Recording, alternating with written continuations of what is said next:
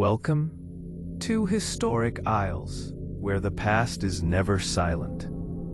Here, every forgotten stone has a voice, and every whisper of history hides a secret.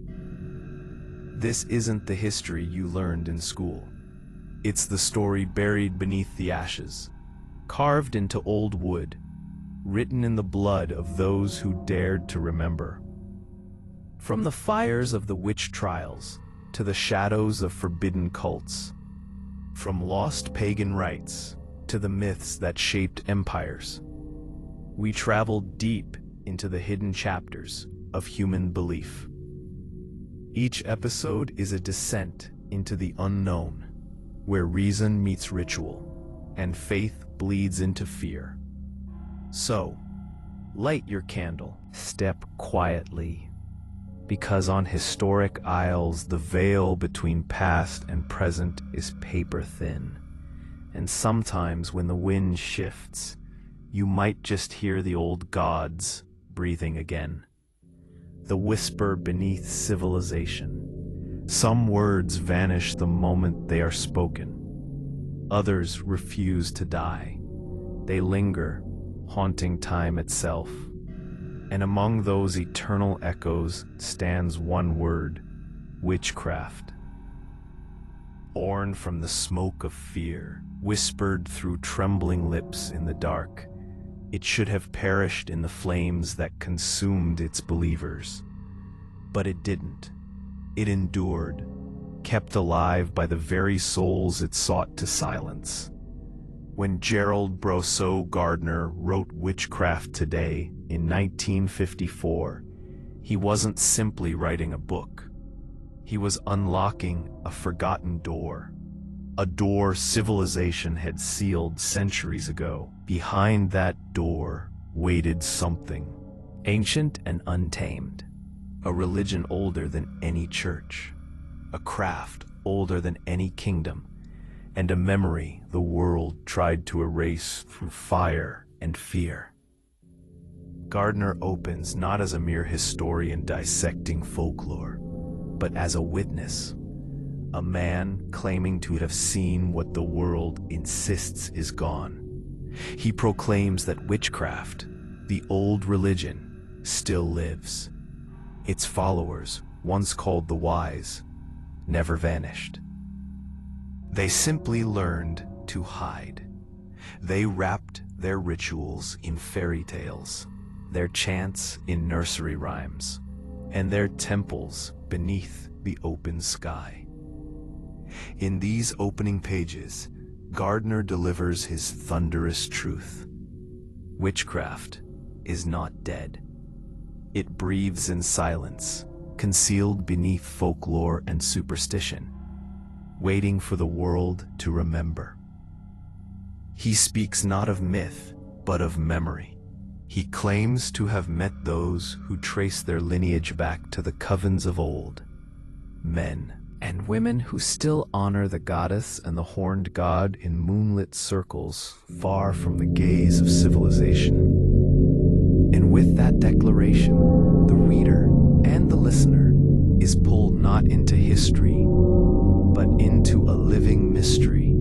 The forgotten faith. Gardner begins by dusting off the remnants of a faith buried beneath millennia. Before Rome, before cathedrals, before kings, there existed a religion of the earth. Its followers worshipped the rhythm of nature itself. The waxing moon, the ripening grain, the turning wheel of seasons. They did not fear darkness, they danced with it.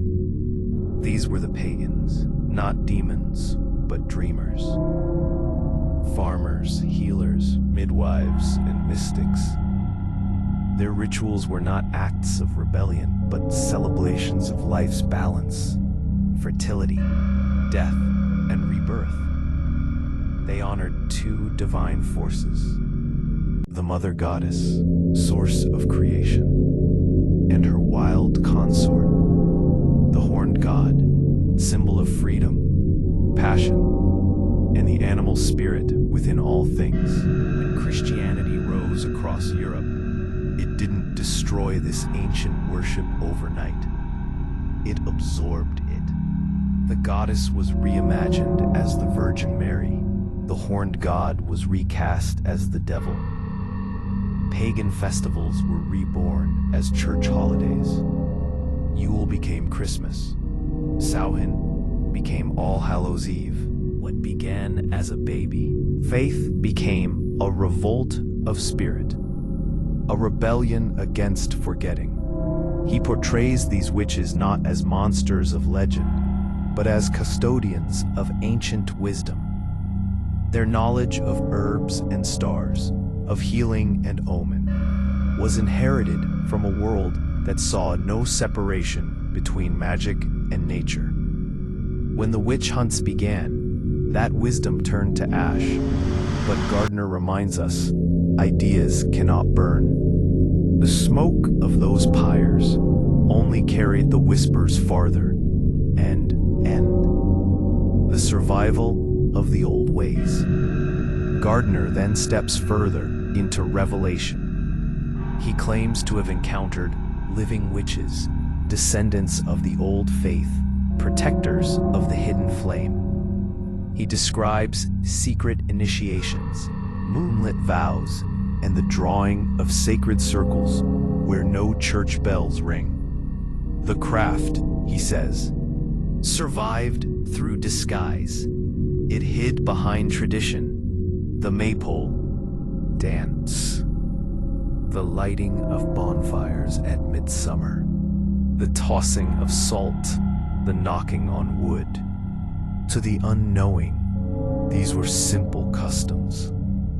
To the initiated, they were ancient prayers in plain sight. Gardner recounts meeting those who called themselves the Wicca. He believes it's from this name that the word witch was born. Their faith, he explains, was built on balance, honoring both the goddess and the god through rhythm, song, and sacred movement. Magic for them was not fantasy. It was a natural law of energy and intention. Gardner defends these practitioners with fervor.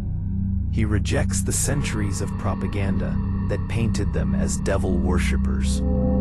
The church, he says, misunderstood what it feared and weaponized that fear to maintain control. The witches were never enemies of God. They were keepers of nature's truth. Strong skepticism and a modern world from Gardner was no fool to the age he lived in. The mid-20th century was a time of science, logic, and proof. And so he wrote for skeptics. He didn't plead for belief. He invited re-examination. He argued that every myth hides a memory, and that science too is built on faith. Faith in invisible forces like magnetism, gravity, and time. If we accept those unseen powers, why dismiss the unseen forces that witches have always spoken of? Perhaps, Gardner suggests, magic is merely the forgotten science of the soul, a study of energy, thought, and emotion long before physics gave them language. To him, witchcraft was not the rejection of reason, but its completion, the bridge between knowing and feeling. He writes with quiet defiance, "If people still live who remember the old rites, then the question is not whether they deceive us, but what truth we've chosen to forget." Ron P. Gardner turns now to the darkest chapter of human history, the centuries of witch hunts that bled Europe dry. He strips away myth to reveal motive. These persecutions, he says, were never about evil. They were about control. The healers, the midwives, the wise women, they held knowledge beyond the reach of priests and kings.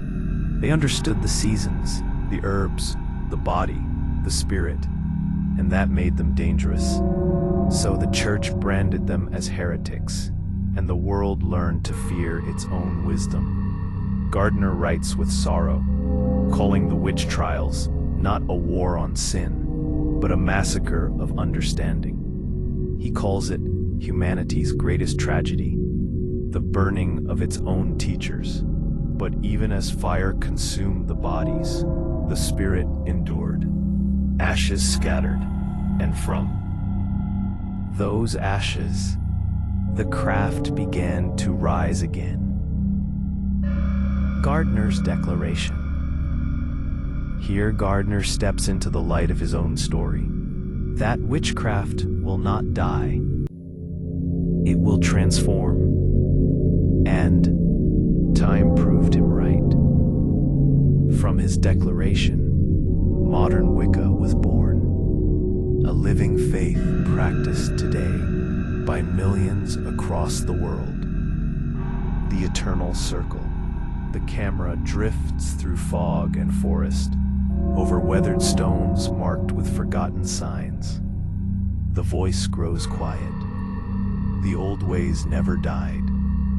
They only waited for us to remember. Witchcraft Today was more than scholarship.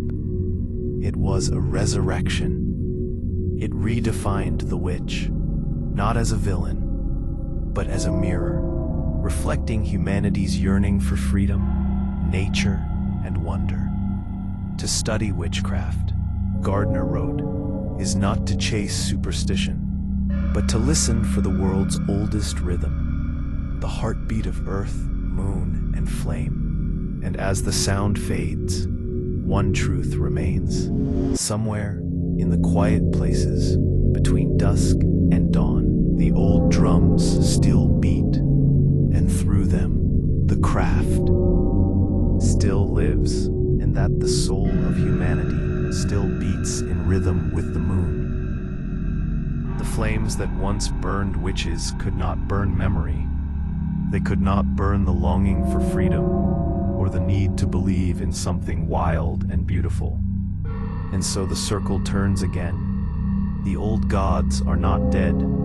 They are simply waiting in the quiet places, in the forests, in the hearts of those who remember. Because the truth of the craft was never lost, only forgotten.